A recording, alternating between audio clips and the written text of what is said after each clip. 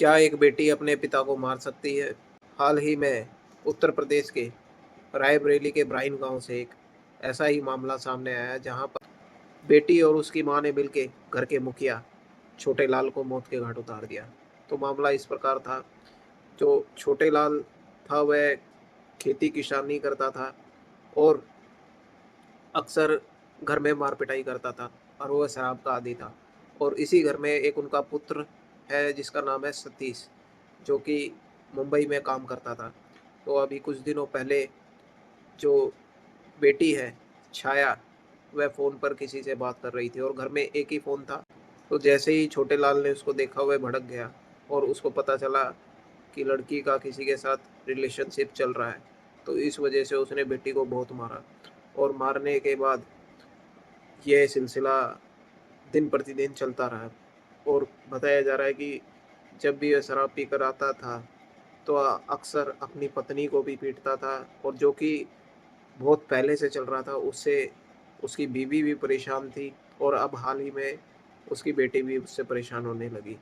तो एक रात इसी बात को लेकर घर में झगड़ा बढ़ गया और तभी जो पत्नी है, पत्नी ने उसकी छोटे लाल के सर पर लोहे की रॉड दे मारी और उसके बाद वह मृत हो गया और जिसके बाद उन्होंने घर से 50 मीटर दूर उसको एक गड्ढा खोदकर दफना दिया।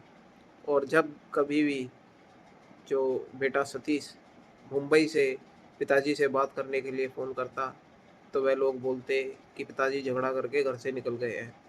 और ये मामला था पिछले 17 जुलाई का।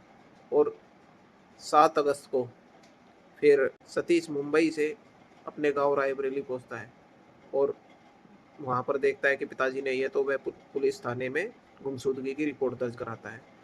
तो जब पुलिस उनके घर पहुँचती है, तो जो सतीश की माँ और उसकी छोटी बहन बार-बार अपने बयान बदलती है और इससे पुलिस का शक और गहरा जाता है।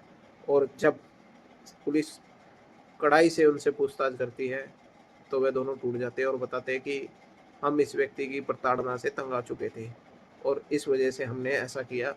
और पहले जो प्रताड़ना मेरे तक सीमित थी, अब बेटी पर भी यही प्रताड़ना हो रही थी, तो जिसको हम देख नहीं पाए, इसलिए हमने ऐसा कदम उठाया।